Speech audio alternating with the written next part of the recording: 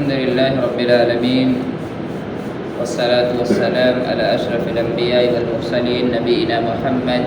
وعلى آله وصحبه أجمعين أما بعد. قال الله تبارك وتعالى في كلامه المنزل: أعوذ بالله من الشيطان الرجيم، بسم الله الرحمن الرحيم. يا أيها الذين آمنوا أنفقوا مما رزقناكم من قبل أن يأتي يوم لا بيع فيه ولا خلة ولا شفاعة والكافرون هم الظالمون. الله لا إله إلا هو الحي القيوم لا تأخذه سنة ولا نوم له ما في السماوات وما في الأرض من ذا الذي يشفع عنده إلا بإذنه يعلم ما بين أيديهم وما خلفهم ولا يحيطون بشيء من علمه إلا بما شاء وسع كرسيه السماوات والأرض ولا يؤوده حفظهما وهو العلي العظيم. اللہ رب العالمین فرماتے ہیں: اے ایمان والو، جو ہم نے تمہیں رزق دے رکھا ہے اس میں سے خرچ کرتے رہو، اس سے پہلے کہ وہ دن آئے جس میں نہ تجارت ہے، نہ دوستی ہے اور نہ شفاعت، اور کافر ہی ظالم ہیں۔ اللہ تعالیٰ ہی معبود برحق ہے، جس کے سوا کوئی معبود نہیں۔ لہذا اس آیت کریمہ کے اندر اللہ تعالیٰ نے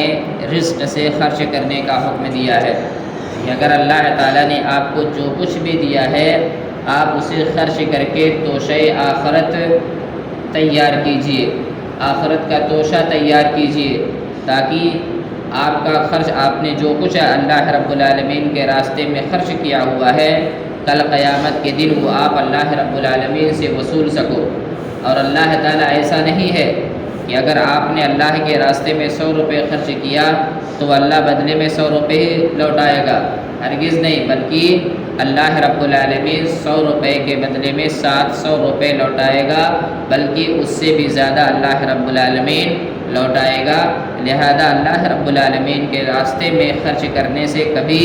ہچکچانا نہیں چاہیے، کبھی اپنے جیب کو پکڑنا نہیں چاہیے۔ جہاں بھی اللہ رب العالمین کے راستے میں خرچ کرنے کی بات آئے، دل بڑا کر کے، دل کھول کر کے اللہ کے راستے میں خرچ کرنا چاہیے۔ اللہ تعالیٰ فرماتے ہیں کہ اللہ تعالیٰ ہی معبود برحق ہے، جس کے سوا کوئی معبود نہیں، جو زندہ اور سب کا تھامنے والا ہے، جسے نہ اونگ آئے نہ نیند، اس کی ملکیت میں زمین و آسمان کی تمام چیزیں ہیں۔ کون ہے جو اس کی اجازت کے بغیر اس کے سامنے شفاعت کر سکے؟ وہ جانتا ہے جو ان کے سامنے ہے اور جو ان کے پیچھے ہے، اور وہ اس کے علم میں سے کسی چیز کا احاطہ نہیں کر سکتے مگر جتنا وہ چاہے۔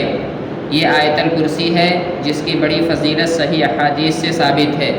مثلا یہ آیت قرآن کی اعظم آیت ہے، اس کے پڑھنے سے رات کو شیطان سے تحفظ رہتا ہے۔ ہر فرض نماز کے بعد پڑھنے کی بڑی فضیلت ہے، یہاں تک کہ ایک حدیث کے اندر ہے کہ اگر انسان فرض نمازوں کے بعد آیت الکرسی پڑھتا ہے اور اس کا انتقال ہو جاتا ہے تو وہ ڈائریکٹ جنت کے اندر جائے گا۔ لہذا ہر فرض نماز کے بعد ہمیں آیت الکرسی کا اہتمام کرنا چاہیے، خصوصیت کے ساتھ اسے پڑھتے رہنا چاہیے۔ پھر اس کے بعد اللہ فرماتا ہے اس کی کرسی کی وسعت نے زمین و آسمان کو گھیر رکھا ہے۔ کرسی سے بعض نے موضع و قدمین یعنی قدم رکھنے کی جگہ، بعض نے علم، بعض نے قدرت و عظمت، بعض نے بادشاہی اور بعض نے عرش مراد لیا ہے۔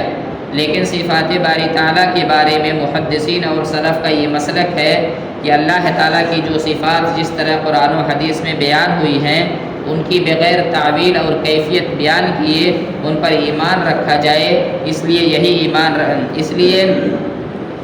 ایمان رکھنا چاہیے کہ یہ فی الواقع کرسی ہے جو عرش سے الگ ہے، اس کی کیفیت کیا ہے، اس پر وہ کس طرح مستوی ہے، اس کو ہم بیان نہیں کر سکتے کیونکہ ہم اس کی حقیقت سے بے خبر ہیں۔ جہاں بھی اللہ رب العالمین کی صفات کا تذکرہ ہو، مثلا حدیث کے اندر آتا ہے اور قرآن کے اندر بھی آتا ہے کہ بندے جب کوئی کام کرتے ہیں تو اللہ ہنستا ہے، تو اللہ کیسے ہنستا ہے؟ اللہ تعالیٰ کے ہنسنے کی کیفیت کسی کو نہیں معلوم، بس جتنا تذکرہ قرآن و حدیث میں ہے ہمیں اتنا ماننا چاہیے کہ اللہ تعالیٰ ہنستا بھی ہے۔ اسی طرح سے قرآن کے اندر ہے کہ اللہ رب العالمین کے 2 ہاتھ ہیں، وہ دو ہاتھ کس طرح سے ہیں، ہم انسانوں کی طرح سے ہیں یا جانوروں کی طرح سے ہیں، اس کی تعویل ہمیں کرنے کی ہرگز ضرورت نہیں ہے، بلکہ جتنا تذکرہ قرآن میں ہے کہ اللہ رب العالمین کے دو ہاتھ ہیں، بس ہم اتنا ایمان رکھیں گے کہ اللہ کے دو ہاتھ ہیں، اور اللہ کے دونوں ہاتھ دائیں ہیں، داہنا ہاتھ ہے اللہ تعالیٰ کا، بایاں ہاتھ ہم لوگوں کی طرح سے نہیں ہے۔ لیکن جب بھی اللہ رب العالمین کوئی ایسی صفت کا تذکرہ کرے جو انسانوں کے اندر بھی پایا جاتا ہے، مثلا اللہ ہنستا ہے، انسان بھی ہنستے ہیں، اللہ کے دو ہاتھ ہیں، انسانوں کو بھی دو ہاتھ ہیں، اللہ رب العالمین نے قرآن کے اندر تذکرہ کیا اللہ کے پیر بھی ہیں، تو ہمیں اللہ کے پیر اور اپنے پیر کے درمیان موافقت نہیں سمجھنی چاہیے کہ اللہ کا بھی ویسے ہی ہے، ہمارا بھی ایسے ہے، ہرگز نہیں، کیونکہ اللہ نے قرآن میں فرمایا لیس کمثلہ شیء وہو السمیع العلیم، اللہ رب العالمین کے جیسا کوئی چیز نہیں ہے، اللہ کے جیسا کوئی چیز نہیں ہے، لہذا ہمیں یہ نہیں سمجھنا چاہیے، یہ تصور نہیں بیٹھانا چاہیے کہ ہماری طرح اللہ کے بھی ہاتھ ہوں گے، ہماری طرح اللہ کے بھی پیر ہوں گے، اس طرح ہرگز نہیں، بلکہ قرآن میں جس طرح سے تذکرہ ہے ہمیں منوان اس پر ایمان لے آنا ہے۔ پھر اللہ تعالیٰ فرماتے ہیں اللہ تعالیٰ ان کی حفاظت سے نہ تھکتا اور نہ اکتاتا ہے، وہ تو بہت بلند اور بہت بڑا ہے، دین کے بارے میں کوئی زبردستی نہیں، سیدھی راہ ٹیڑھی راہ سے ممتاز اور روشن ہو چکی ہے، یعنی حق اور باطل روشن ہو چکی ہے، برائی کیا ہے اچھائی کیا ہے اللہ نے سب کو بتلا دیا ہے، کفر کیا ہے ایمان کیا ہے اللہ نے سب کو بتلا دیا ہے، ظلم کیا ہے انصاف کیا ہے سارے لوگ جانتے ہیں۔ اب انسانوں کو چونکہ ان تمام چیزوں کا علم اللہ تعالیٰ نے دے دیا ہے، اب انسان کو اختیار ہے، انسان چاہے اللہ رب العالمین کے بتائے ہوئے صحیح راستے پر چلے یا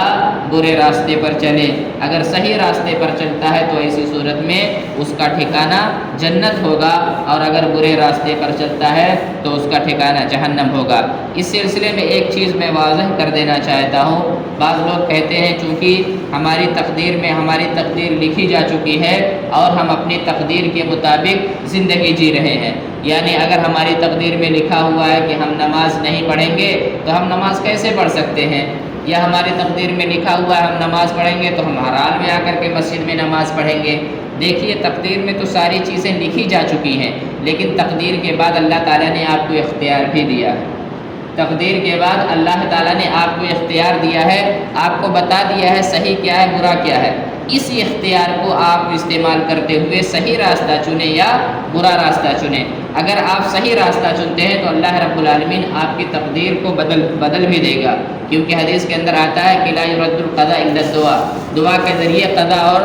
تقدیر بدل جاتی ہے، لہذا آپ کی تقدیر میں آپ کے برا ہونا لکھا ہوا ہے، لیکن آپ نے اللہ سے دعا کیا، اللہ سے مغفرت طلب کی، اللہ کے سامنے روئے گڑ گڑائے، اللہ سے ہدایت کا راستہ اپنایا، تو ایسی صورت میں اللہ رب العالمین آپ کو جو آپ کی تقدیر میں جو آپ کو برا لکھا ہوا تھا وہ اچھا لکھ دیتا ہے، لہذا تقدیریں بدلتی رہتی ہیں، اس امید میں آپ ہرگز نہ رہیں کہ ہمارے تقدیر میں لکھا ہوگا جب نماز پڑھنا تو ہم نماز پڑھیں گے، یہ صرف ایکسکیوزز ہیں، یہ بہانے ہیں، یہ شیطان کی بولی ہے، شیطان اسی طرح سے لوگوں کو بہکاتا ہے اور اللہ رب العالمین کے راستوں سے روکتا ہے۔ اللہ تعالیٰ سے دعا ہے اللہ تعالیٰ ہم تمام مسلمانوں کو کتاب و سنت کے مطابق زندگی گزارنے کی توفیق عطا فرمائے۔